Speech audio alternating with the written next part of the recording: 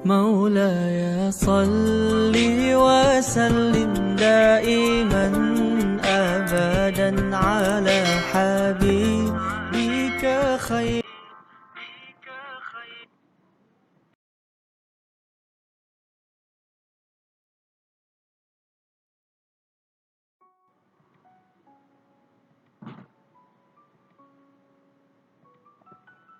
Assalamualaikum warahmatullahi wabarakatuh. Selamat datang anakku semua kelas 7 Pendidikan Agama Islam. Pada pertemuan kita kali ini, kali pertama di tahun ajaran baru, kita mengawali pembelajaran secara online ataupun pembelajaran secara online ataupun belajar di rumah. Jadi mudah-mudahan belajar di rumah pun kalian tetap semangat. Mudah-mudahan ke depan keadaan menjadi lebih baik dan segera kita berkumpul di sekolah untuk belajar bersama di sekolah yang kita cintai ini. Mengawali pembelajaran kita kali ini, sebelum kita belajar, ada baiknya kita membaca basmalah secara bersama-sama. Bismillahirrahmanirrahim. Kita akan mempelajari tentang Asmaul Husna. Di bab pertama kita belajar tentang Asmaul Husna. Di buku di buku teks ataupun buku paket juga terdapat di halaman kedua.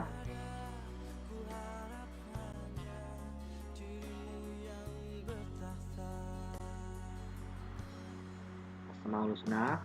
Kemudian peta konsep.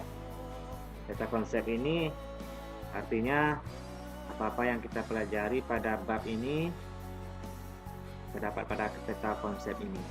Itu Asmaul Husna. Kemudian pengertian iman kepada Allah, Asmaul Husna. Kemudian Asmaul Husna itu yang kita pelajari ada 4 pada bab ini, itu Al-Alim, Al-Khabir, As-Sami, dan Al-Basir. Jadi tugas kalian di sini dipahami, dibaca, kemudian dipraktekkan dengan berperilaku. Berperilaku yang mana? Berperilaku tentang Asmaul Husna ini.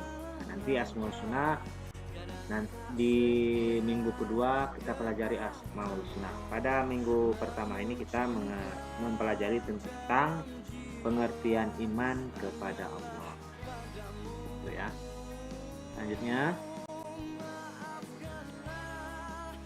sebelum kita lanjut pembelajaran tentang iman kepada Allah, tentunya kalian harus ingat, jangan pernah bayangkan bahwa Allah itu seperti manusia, ya. Jangan pernah bayangkan bahwa Allah itu seperti manusia. Tetapi renungkanlah dan rasakan karunia-Nya, lalu bersyukurlah kepadanya. Artinya apa? Kita tidak boleh membayangkan, Allah itu kayak manusia, punya mata, punya hidung, punya telinga, dan sebagainya. Allah itu orangnya cantik, ganteng, gagah, dan sebagainya. Jangan begitu. Jangan ingat Allah adalah seperti manusia. Allah tidak menyerupai apapun, ya. Allah tidak menyerupai apapun. Tapi apa ya tugas kita? Kita renungkan, rasakan karunia-Nya, dan bersyukurlah kepadanya atas karunia tersebut. Ya, banyak karunia yang telah Allah berikan kepada kita dalam kehidupan kita di dunia. Ya, banyak nikmat. Itu yang perlu kita ingat. Selanjutnya, Dalam sebuah riwayat, nah ini riwayat ini sebuah kisah dari Abu Naim, sahabat Ibnu Abbas radhiyallahu anhu bercerita. Jadi Abu Naim ini bercerita bahwa Rasulullah Shallallahu Alaihi Wasallam pernah menegur beberapa sahabat yang sedang berkumpul dan memikirkan keagungan Sang Pencipta alam semesta, Allah Subhanahu wa taala. Kemudian Nabi Shallallahu alaihi wasallam bersabda, apa kata Nabi? Tafakkaru fi khalqillahi wa la tafakkaru fillahi fa innakum lan taqdiru qadrahu. Artinya apa? Berpikirlah kamu tentang hasil ciptaan Allah, tetapi janganlah kamu berpikir tentang zatnya, karena sesungguhnya kamu tidak akan dapat mencapai hakikatnya. Nah, seperti yang Bapak bilang tadi, jangan bilang bahwa Allah itu seperti manusia, ya. Yang kita pikirkan adalah ciptaan Dia. Apa ciptaannya? Bumi, langit, dan segala kenikmatan di dalamnya. Jangan berpikir tentang zatnya, bagaimana bentuknya, bagaimana sifat modelnya ataupun sebagainya. Itu tidak boleh, karena Nabi Muhammad Sallallahu Alaihi Wasallam pun menyampaikan akan hal tersebut. Paham? Kita pelan-pelan saja. Lanjut. Tanda-tanda adanya Allah Subhanahu wa taala. Kita hanya mengetahui Allah itu ada melalui tanda-tanda. Apa tanda-tandanya? Pertama, sesuai dengan ayat surah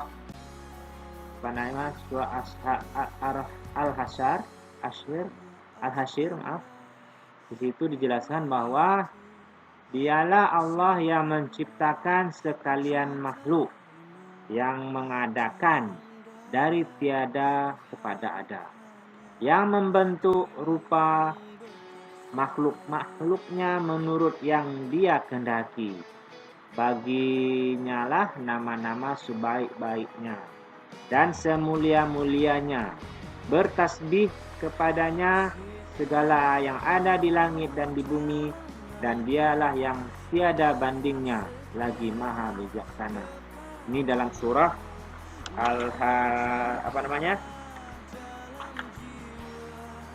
Surah Al-Hasyr ayat 24, ya, surah ke-59 dalam Al-Qur'an ayat 24. Selanjutnya, ini adalah contoh tanda-tanda kebesaran Allah. Ya, ini contoh-contoh tanda-tanda kebesaran Allah. Planet-planet yang ada dengan miliaran bintang yang berjalan sesuai dengan jalurnya masing-masing, tanpa ada yang berbenturan satu dengan yang lainnya. Jadi planet-planet yang ada itu siapa yang mengaturnya? Kalau bukan Allah. Ya, ada matahari, Venus, Merkurius, Mars, bumi, dan sebagainya. Jadi semuanya itu Allah yang mengatur peredarannya masing-masing. Terjadinya siang dan malam, terjadinya panas terik, terjadinya hujan, semua itu diatur oleh Allah. Yang kedua, kita perhatikan seekor hewan yang paling kecil, misalnya semut, dan bahkan ada yang lebih kecil lagi. Bagaimana organ tubuh sekecil itu dapat berfungsi dengan sempurna? Contohnya semut saja. Hewan yang sangat kecil. Bagaimana organ tubuhnya bisa bekerja seperti itu? Sedangkan tubuhnya sangat kecil.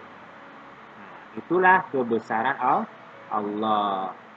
Jadi dengan walaupun tubuhnya kecil, tapi dia bisa berjalan berfungsi organ tubuhnya berfungsi dengan baik. Dia mencari makan juga seperti kita. Dia mencari tempat tinggal juga. Hewan sekecil itu organ tubuhnya dapat berfungsi dengan baik. Tentu yang menciptakan itu semua adalah Allah. Contoh selanjutnya,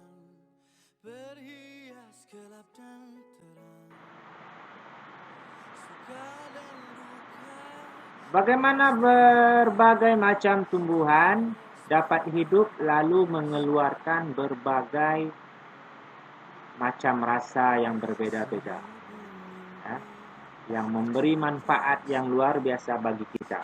Ada yang manis, ada yang asam, ada yang segar, ada yang pahit, dan sebagainya. Semuanya itu sangat bermanfaat bagi kita